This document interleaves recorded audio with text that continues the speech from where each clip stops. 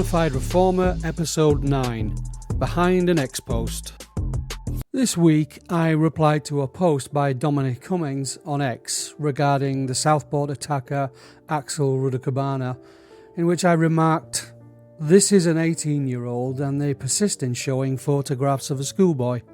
On my 2-month-old X account, it has become the most seen, liked and shared post of the hundreds I have made, and in this piece I want to reflect on that. Axel Rudakubana, an 18-year-old now charged with terrorism offences in addition to murder, dominated the headlines this week. The media opted to show him in photographs that evoke childhood innocence, a schoolboy, rather than an adult facing serious charges. What does this choice say about the role of media framing, and why should we care about this subtle editorial decision? Imagery is powerful. In the hands of the media, a photograph becomes more than a mere visual, it becomes a tool for narrative control. By choosing to depict this individual in a way that emphasises youthfulness, the media signals, intentionally or not, a degree of leniency or empathy.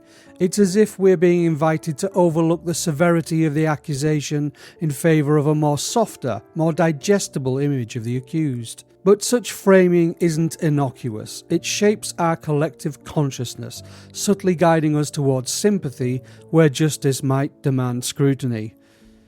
This approach, if we're honest, verges on moral obscurity. What is the message here? That age, when convenient, becomes a shield from accountability? Or perhaps that context, so often a favourite word amongst editorial teams, can be manufactured to evoke a preferred emotional response. To be clear, this is not a call for sensationalism, but for clarity and integrity. Show the individual as he is, in his current state, not as he was when he was still in short trousers. When the subject is accused of terrorism offences, this is no minor point. It's a matter of justice being seen to be fair, unswayed by manipulative editorial choices.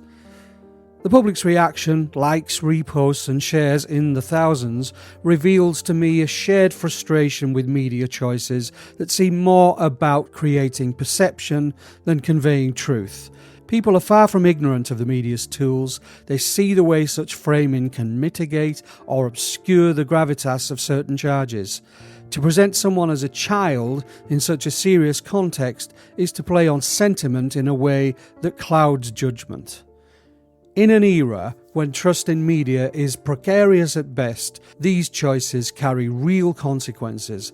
The public demand is clear. In matters as serious as terrorism, show the full reality. After all, if we can't rely on honest representation in cases of public safety, then the entire notion of journalistic integrity comes into question. This is no mere oversight, it's a carefully curated narrative and one that speaks volumes about what we're being invited to think and feel. In moments like this, the demand is not only for justice but for truth. Truth unvarnished and free from selective softening. Thank you for listening to the Bonafide Reformer podcast. This article was first published on Thursday the 31st of October 2024 on X at Noel Reforms.